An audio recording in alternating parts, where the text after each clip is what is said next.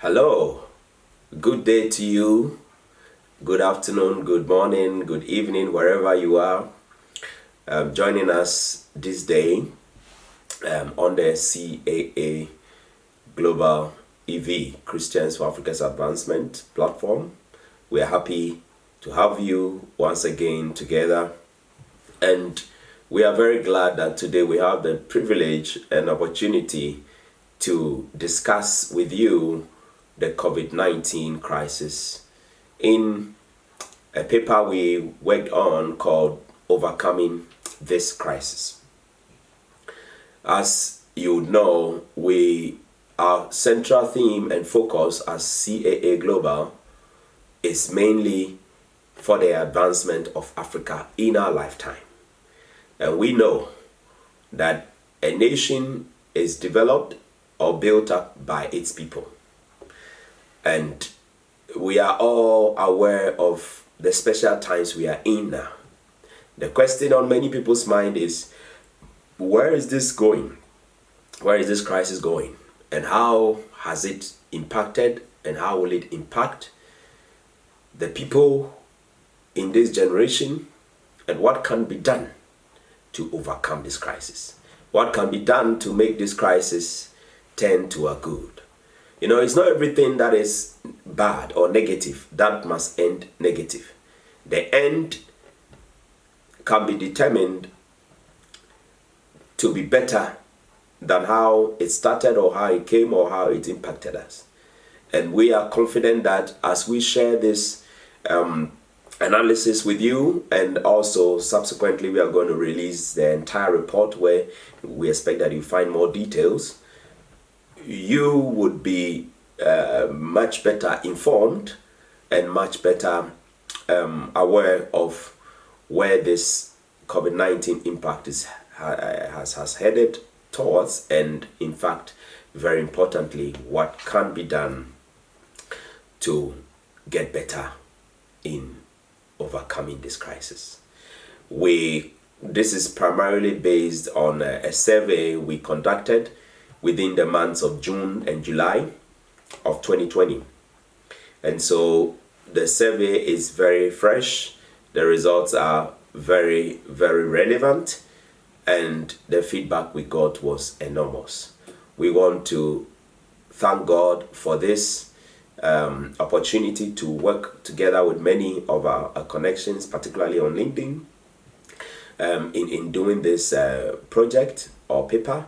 We thank God also for keeping us and for giving all of us the privilege to still be here and to still have hope in Him, that no matter how the crisis goes, it will turn out for our good. So we thank God also for this day, and we commit everything into the hands of the Lord, that we believe He, by His Spirit, will lead us and will grant us wisdom in this time we have together. We would go through the report called Overcoming This Crisis, and by doing so we want to talk a little bit about the background, and then we talk about the respondents, the nature of the respondents, and we also then talk about the responses we got, and we talk about the conclusions we make from this. This is really our own view, of course, as predominantly gathered from many of our connections and contacts all over the world in the CAA, and we also did a bit further of analysis beyond this survey directly, and then also we share much more details beyond the survey. So the survey is really the foundational element of this report, but then that is not all of it. We go quite beyond it, and we are sure that as we share this, many people will get to benefit from it, and we believe you would benefit from it. And please, we would employ that, ask that you really share beyond yourself, so many others can find out what is happening. Indeed, this report and survey and the work we have done is primarily for the African professional, business owner, and student. Our target group was the African, and we focused on the specific situation of Africans, and we will get into the detail now. So what is the background to this report? As we know that sometime in December 2019, there was reports that a virus has emerged in China, in the region of Wuhan, and this actually was initially a China problem, which spread a little bit beyond China to the Asia countries closest to China. And interestingly and very suddenly, we saw a major spiral in the month of March 2020. This is really much early in this special year of 2020, where we saw the COVID-19 disease really get overboard. We saw a lot of impact initially on Italy and Spain, beyond the Asia region, and then now it has become much more prevalent all over the world. We see US is a major center, Brazil, UK have all really suffered greatly, and many African countries have recorded a lot of incidents of COVID-19, but thank God the death rate in the African countries is much lower. Obviously, we know that this is by the mercies of God, and we have been praying for Africa before Corona, and even during Corona we focused on it, and we believe many others have been praying, and the Lord has heard our prayer and has spared Africa. So we thank God for that. But this is really a background to it. So since March 2020, this really became a global issue. There was a lockdown in March all the way to most part of May and early part of June. Then the nations began to kind of roll back the lockdown or shutdown measures. But we still have partial lockdowns and shutdowns across the world, but largely many people have come out of it. It was really at the beginning of the releasing of the lockdowns that we launched this survey. And it is important. The timing of of this survey is important because usually when a crisis is at its height, you get a lot of emotional responses to the issue that you may ask people about. And therefore, we timed it in such a way that the greatest impact has gone on really in March, April, May. And in June, there was a beginning to be release and easing up of the lockdown measures, and now there seems to be a fairly balanced view of where this disease is heading towards. And we chose this time to be able to get a less emotional response from the impact of COVID-19. This survey went continued from June till July, actually, and for about 2 months, where we took our time to gather feedback from many African professionals, business owners, and students, particularly on LinkedIn, to understand really the impact, what they are thinking, what their plans are, what they could be doing, what are the ideas where they are finding help or could find help, and we brought this together. And it is our prayer that this is it's a good timing, and that the results are really going to be much more beneficial than if we had done the survey at the height of the lockdown, where there was great fear in the air and a lot of things were more or less bleaked out in the minds of people. Now we think there's quite a bit of serenity in people's thoughts and in people's understanding. So we find the timing helpful. Before we conducted a survey, and as the COVID-19 crisis rose on, we noticed quite a lot of reports and analysis that were going on. We read quite broadly, and we also have seen some ideas that others are sharing, and somehow we checked out what others were saying as well. Interestingly, McKinsey, the consultancy firm, I think in the Africa office, they issued a report perhaps in May of 2020, and this is a caption of what they said. They said African health systems are ill prepared for a widespread outbreak, that then the entire continent may have just 20,000 beds in intensive care units, that is hospital beds where people can lie on or sleep on if they have to be hospitalized.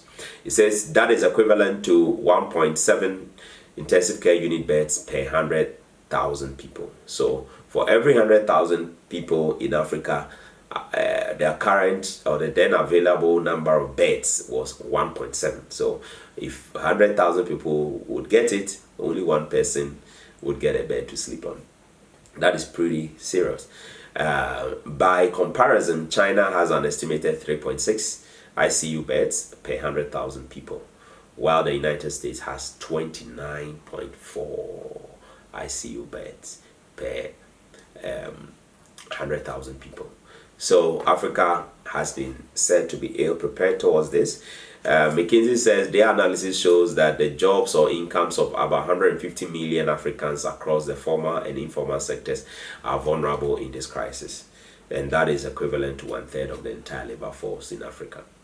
That is pretty dire, that over 150 million Africans were in the crossroads of their business and career being heavily impacted by COVID, and 1/3 of the population were going to likely be impacted in terms of their jobs, their salaries, and all that. So that is pretty dire.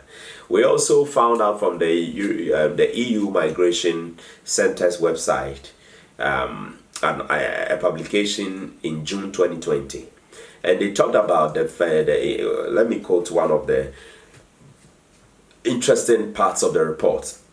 They said the COVID-19 pandemic has impacted procedures to apply for and obtain residence and work permits, as government offices have reduced their services or closed during this time. Moreover, economic uncertainties related to the pandemic may have an impact on demand for work permits. On the subject of work, it is also worth noting that in some countries, many doctors, nurses, and caretakers are immigrants. So, for the many Africans who are professionals owning their business or students living particularly in the EU region, we see that work permit and ability to stay in the country and to be able to continue work or get a new job or get a studies or complete school and get a job, it's something that becomes much more relevant because of COVID-19 these days, and we watching closely how this turn out to be. But this is one of the areas that will have a significant impact on many people. So given this background, we put together our own report called Overcoming This Crisis. Now, what is getting a bit into the topic, who are the respondents that we had? Because it's important to understand the people who give us the feedback or the input or responded to the survey, and how relevant the survey therefore is to the general African population of professionals, business owners, or students, because that was the target. We had 51% of the respondents being female and 49% being male. This is a slightly bigger margin between the two sexes compared to the overall African population sex distribution. The World Bank estimates that 50.1% of sub-Saharan Africa population as at the year of 2019 was female, which is then slightly higher than males. So World Bank said 50.1 female, and we got response from 51 female, 51% of females. So still in the region, females more than males, and I think it's in line, which is quite interesting and useful to know. But to give you a little bit of flavor to the African sex population distribution, Zimbabwe, for instance, is one of the outliers in terms of female population being quite significantly higher than the male population. Zimbabwe, as of 2019, was reported to have 52.3% of their population being female. That's quite high. And on the other side, you have Equatorial Guinea being an outlier with only 44.4% of the population being female. But largely overall, our respondents were, I would say, in line with the shape of the Africa population, which is interesting to note. Again, on the respondents, we also really put this mainly on LinkedIn. We put it on Facebook as well, and then we shared it individually on various platforms, especially WhatsApp and all, according to how people were willing to help to share it around. And we realized that in terms of country of origin of many of the respondents, it was quite heavily West African input dominated, we'll say. So we asked people to tell us their country of origin, and then we asked them to tell us their country of residence. And you will see a very interesting dynamic here. So now to the fact, you see that in terms of country of origin, where the nationality of the people who responded, we had significant number of Ghanaians, which is about 31% of the respondents, and then Nigerians were 25%, Cameroonians were 20%, Kenyans were 5%, and there was Germans or people of German nationality of 3%, Ethiopians were 3%, and then others altogether accounted for 13% of the respondents in terms of their country of origin. And what is into this 13% that is other? You realize that we had Togolese in there, we have Tanzanians also, we have South Africans, we have people of Netherlands origin, and Liberia. These accounted for at least 2% each, i.e. Togo, Tanzania, South Africa, Netherlands, Liberia. And then you have others who were of nationality of Zimbabwe, Ivory Coast, and France. And some few were not going to disclose. But this shows quite a decent spread of nationalities in terms of country of origin. But this does not tell us where the people are actually staying or responding from. So we asked again that respondents should tell us their country of residence. And when we asked that question, this is what we realized. We realized that 44% of the respondents were actually living or studying or working in Germany. But this is not surprising because the CAA is based here headquartered here in Germany, and therefore I think it makes sense that we have a few more of people who are immediately around our surroundings contributing to the survey. But that was not it all. A significant number were based in Germany. But then we also realized that 10% of the respondents each were based in Nigeria and Ghana. So we have people who were actually also based in some African countries like Ghana and Nigeria, 10% each. And then we have 8% of the respondents who were resident or students of United States of America.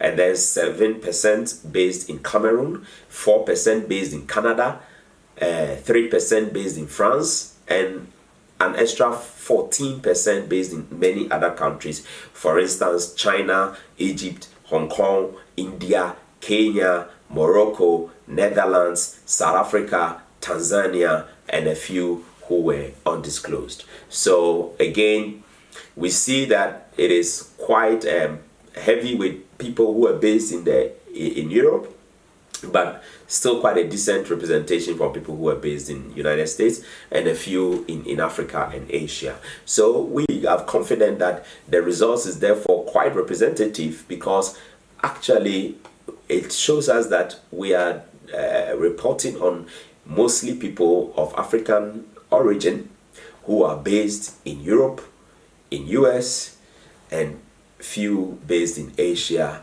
and Africa.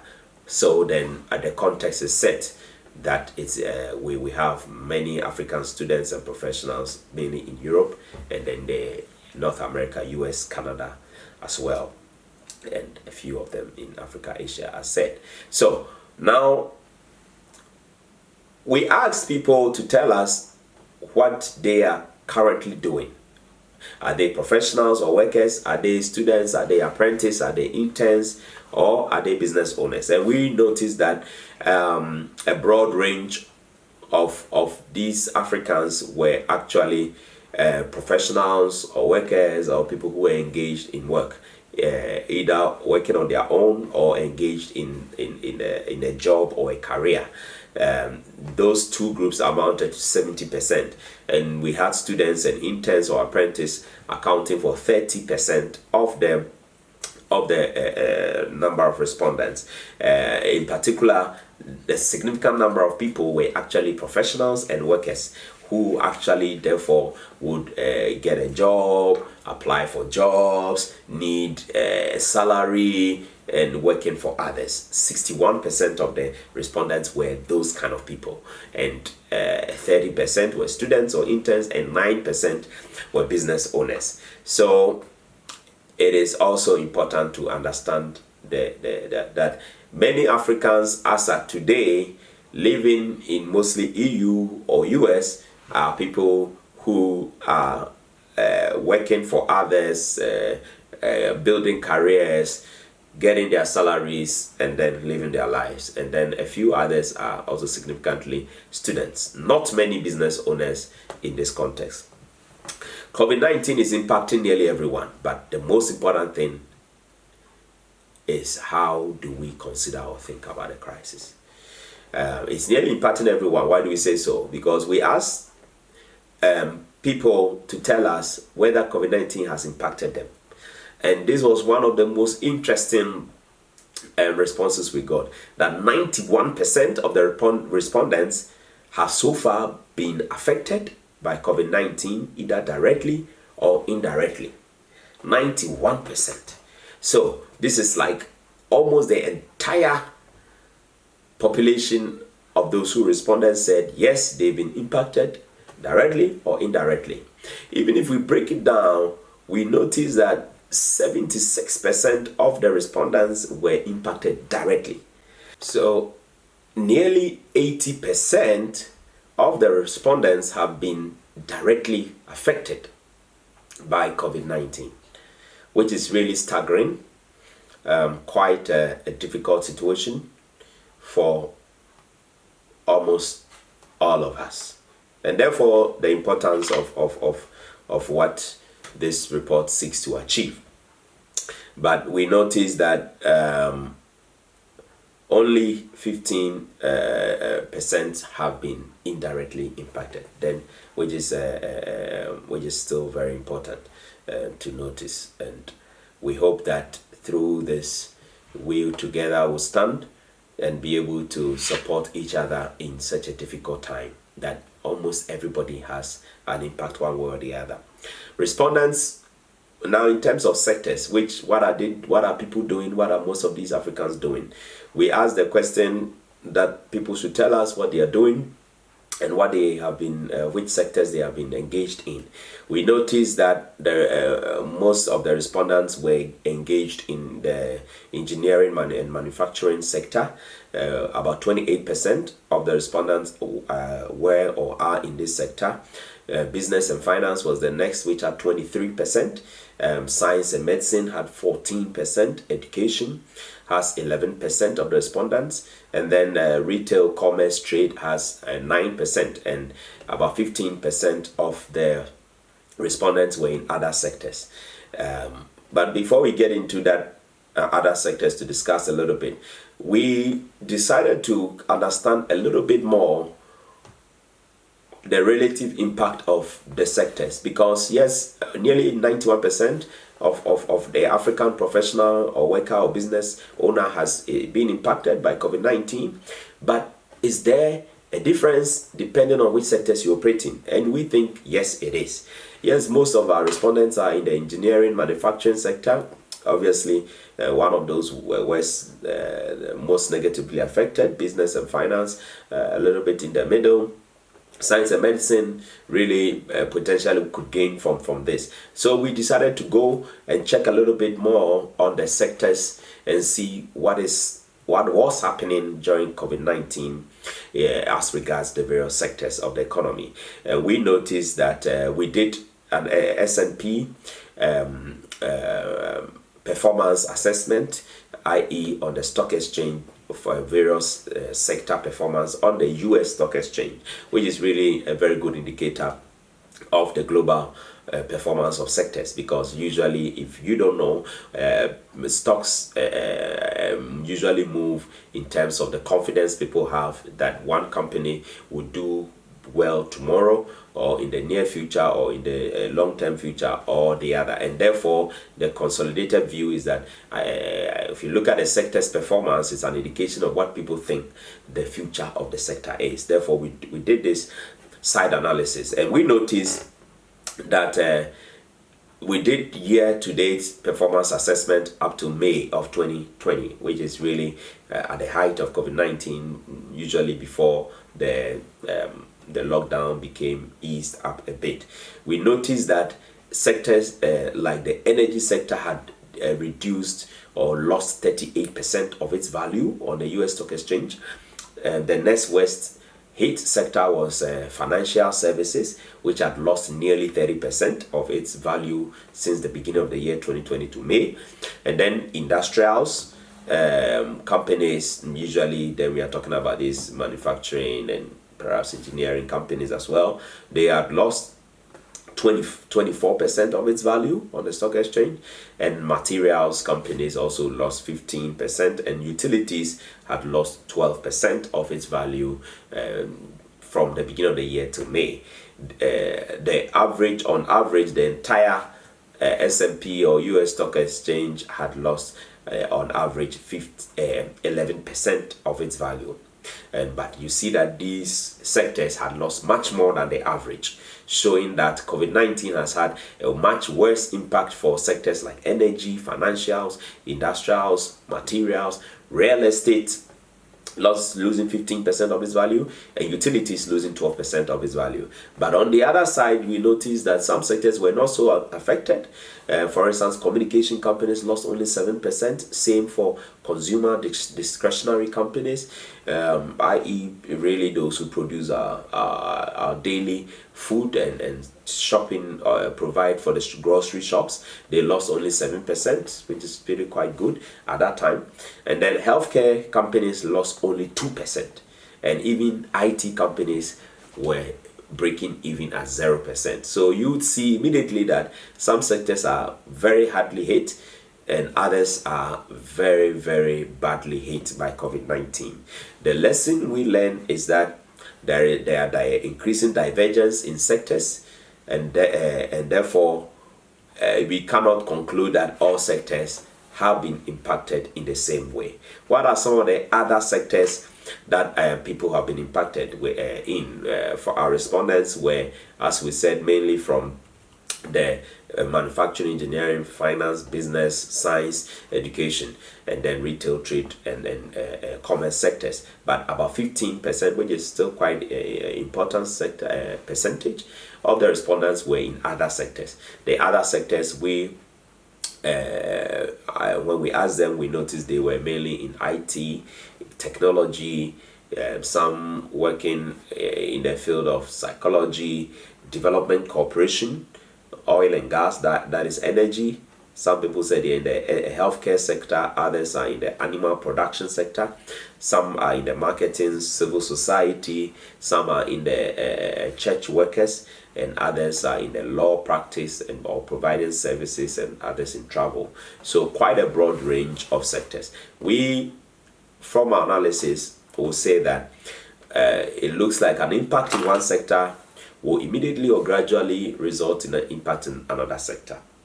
And therefore, it is absolutely important that if one sector is not affected or has not been affected heavily, particularly if you are in the consumer discretionary sector, communications or healthcare, and so far it's been largely positive or almost no negative impact, it doesn't mean the end of the story for you. We encourage that you take a long-term view, assess the sector you are in to understand what could be coming up because this is not the end of the story yet, and we need to stay on top of the issues. Also, we ask people to tell us in which specific way that they have been impacted by COVID-19. And when we asked, it was very unpalatable to find out that a significant number of people had sales decline very significantly.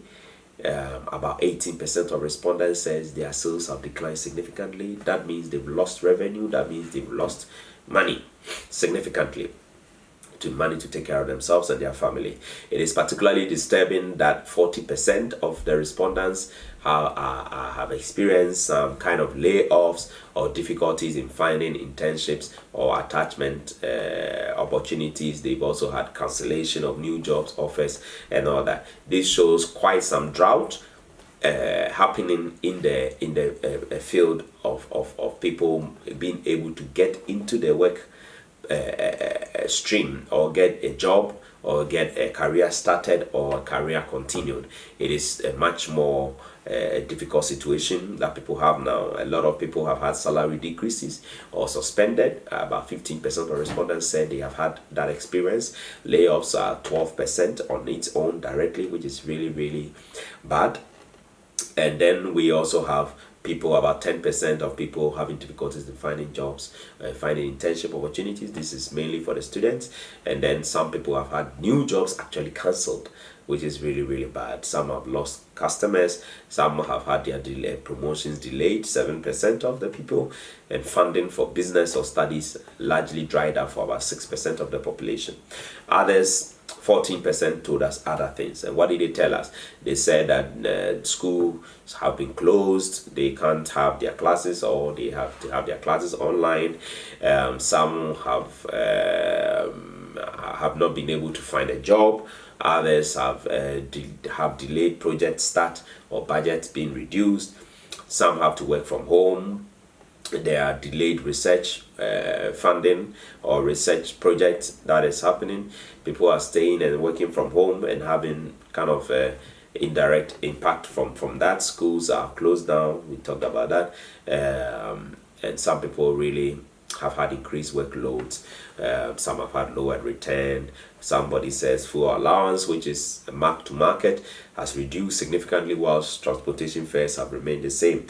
So they're having to spend more, but not getting the commensurate increase in salary and all that. Some have been forced to take their leave. So there's been widespread impact. Many people have had all sorts of impact from this COVID-19, and the kinds of impact are quite disturbing and they are staggering.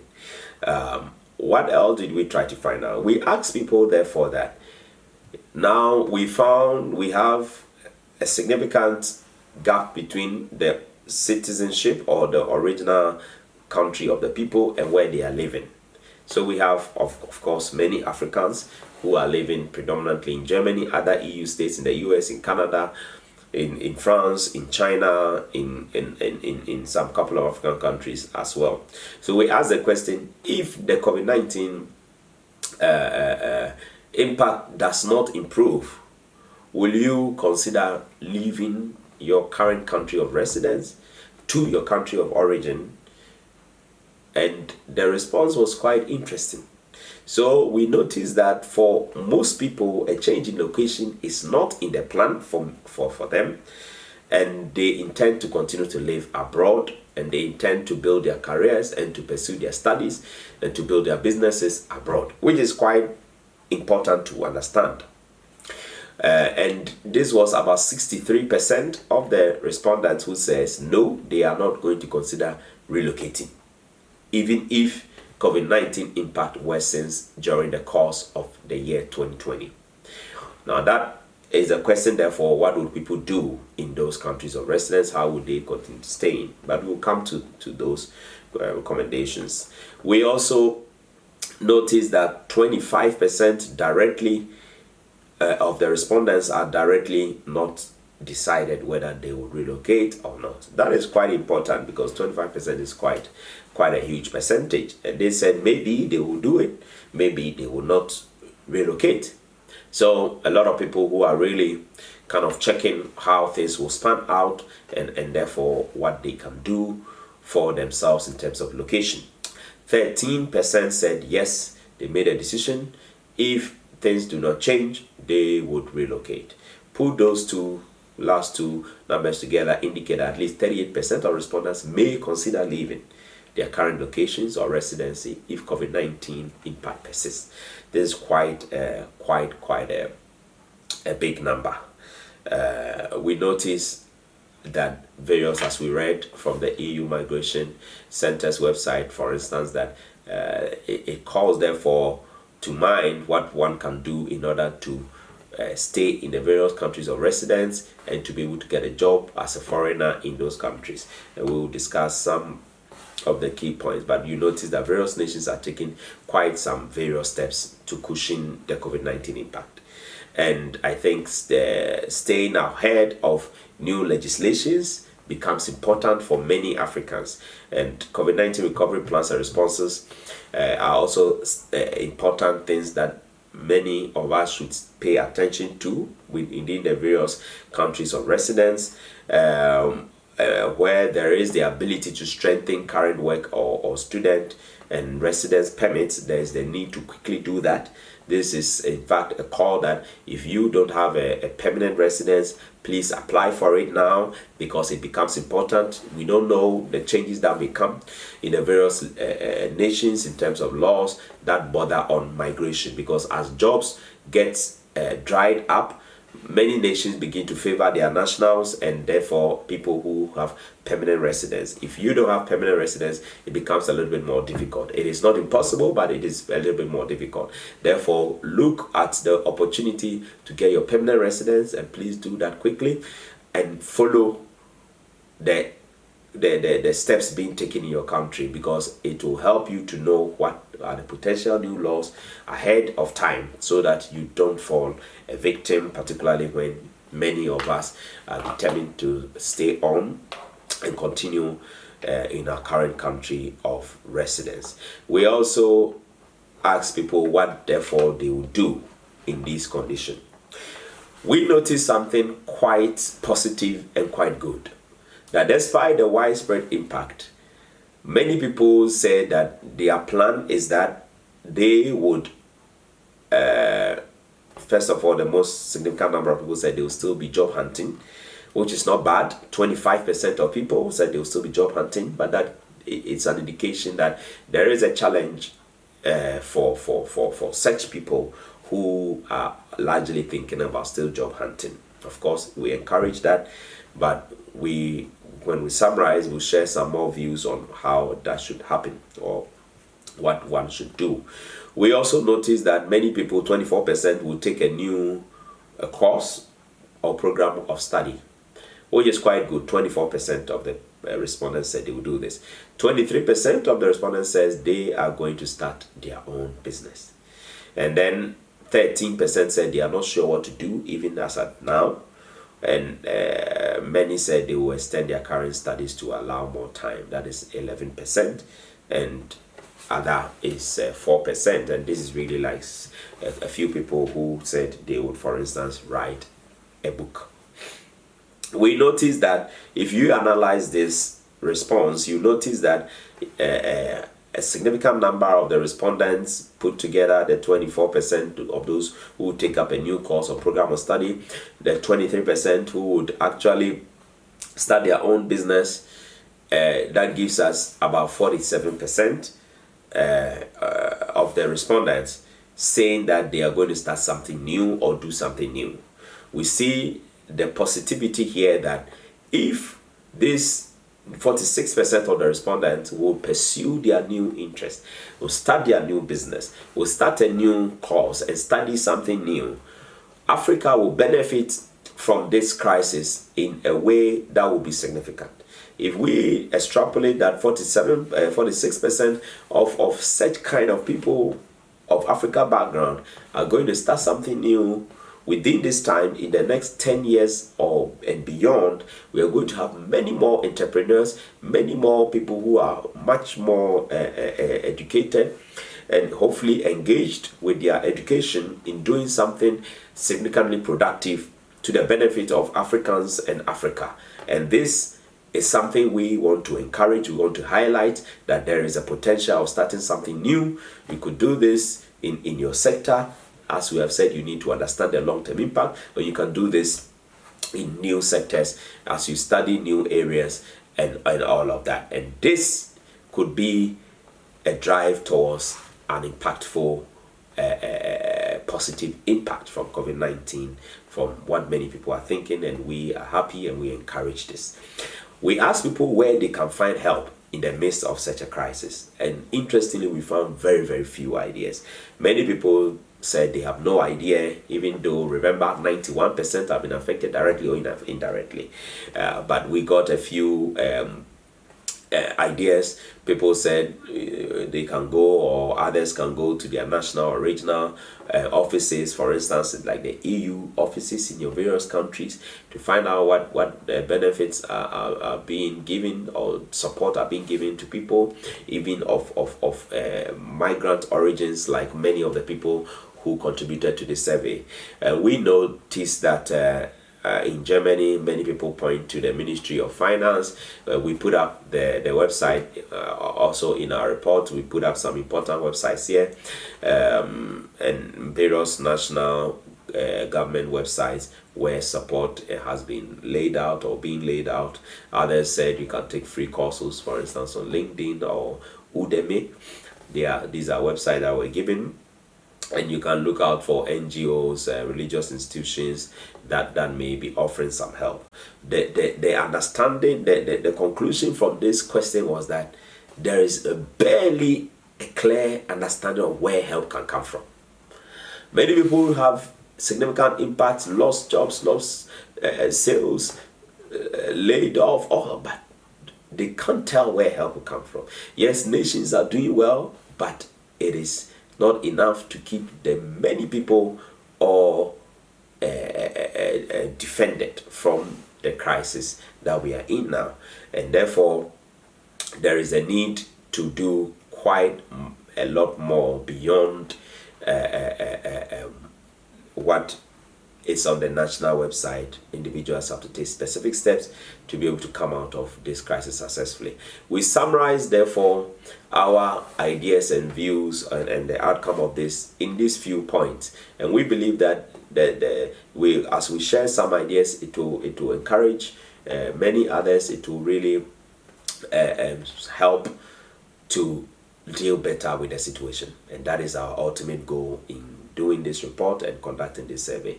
First of all, we understand that we definitely have heard from many people from different nationalities and countries of residence. It is quite good to hear what people are going through. This actually presents a good view of the African professional or worker or business owner or student, and from which we have learned and are learning, and we believe that will help many of us to take the needed actions. We also notice that the impact on the African professional business owner or student is obviously enormous.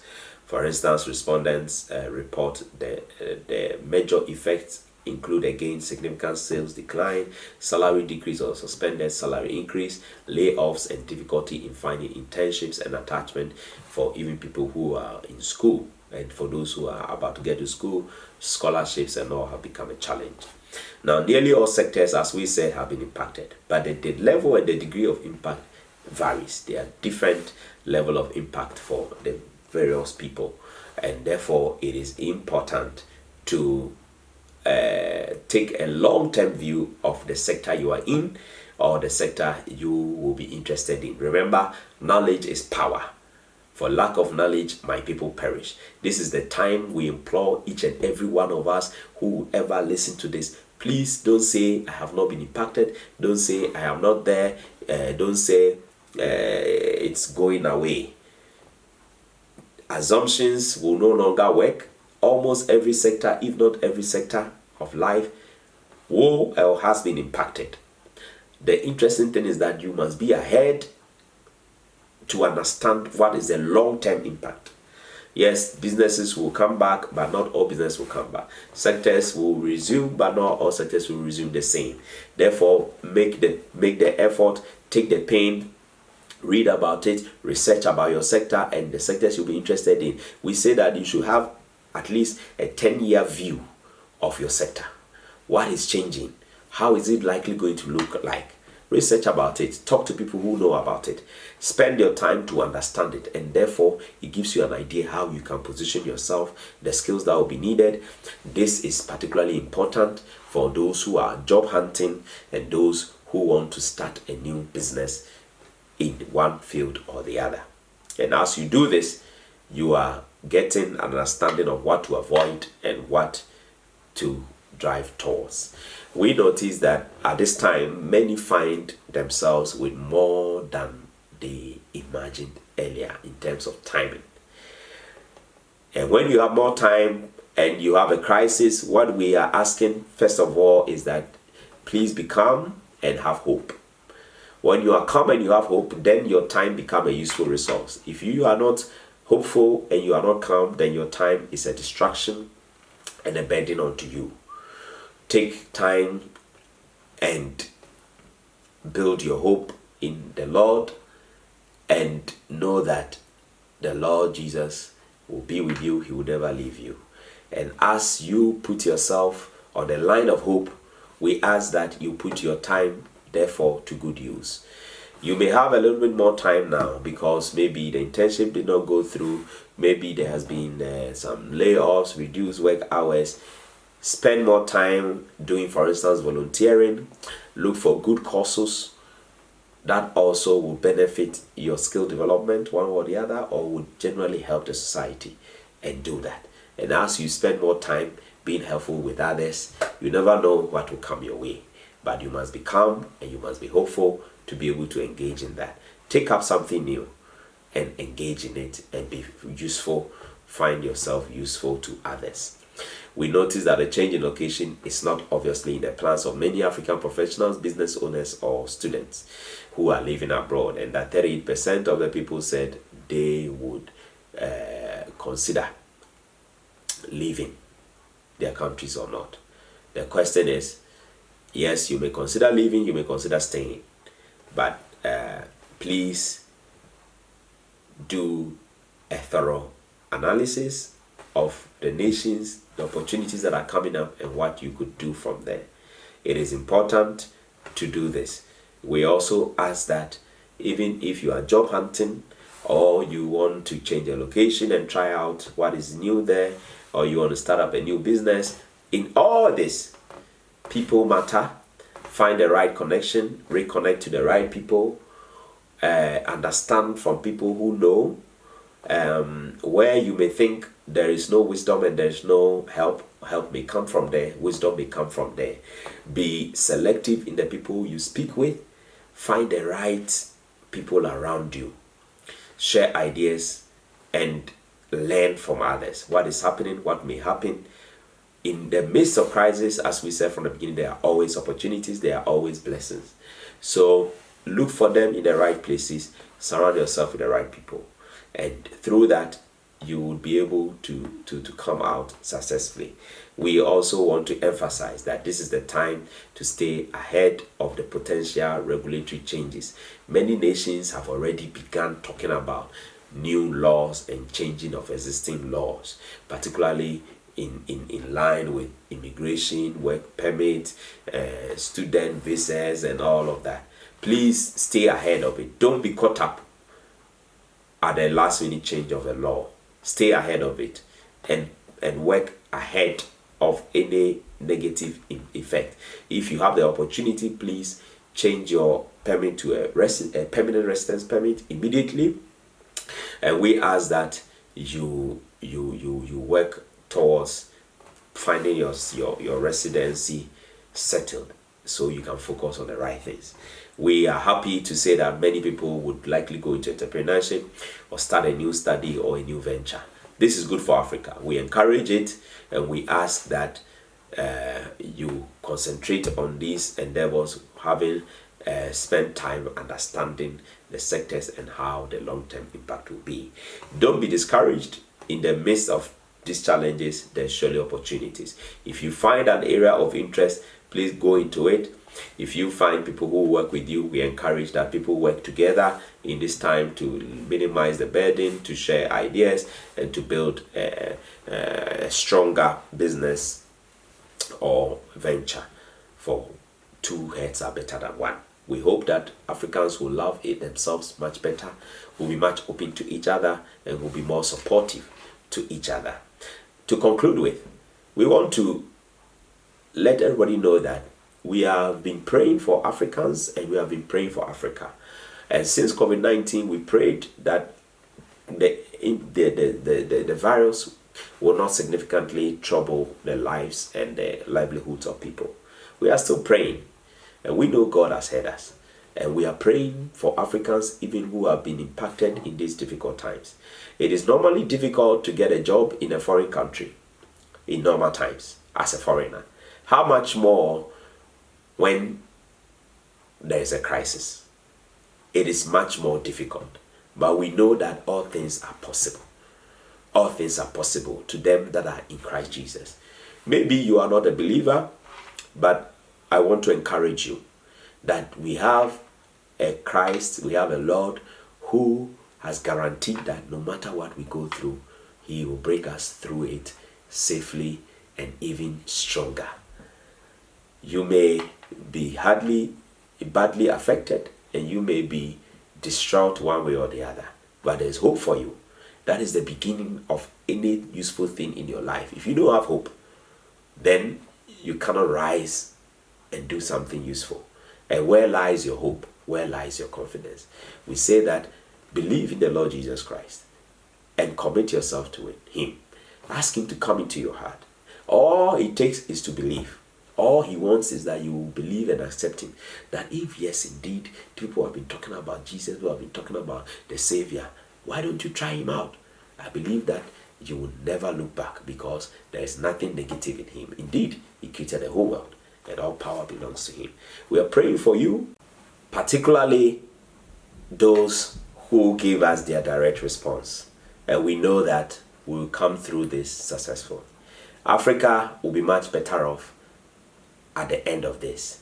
Let's keep our hope. Let's keep working. Let's keep supporting each other. If you want a family of believers that you can have comfort in for prayers, for counseling, for any kind of support, please get in touch. We have our details there. Find us on LinkedIn, Facebook, on our website, on YouTube, all of that. You are welcome.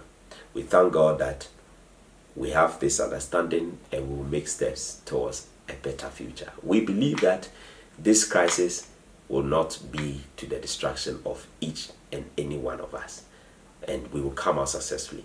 God bless you. Thank you. The report is coming soon. Follow us for the detailed report where we share much more insight. And we are happy that you joined us.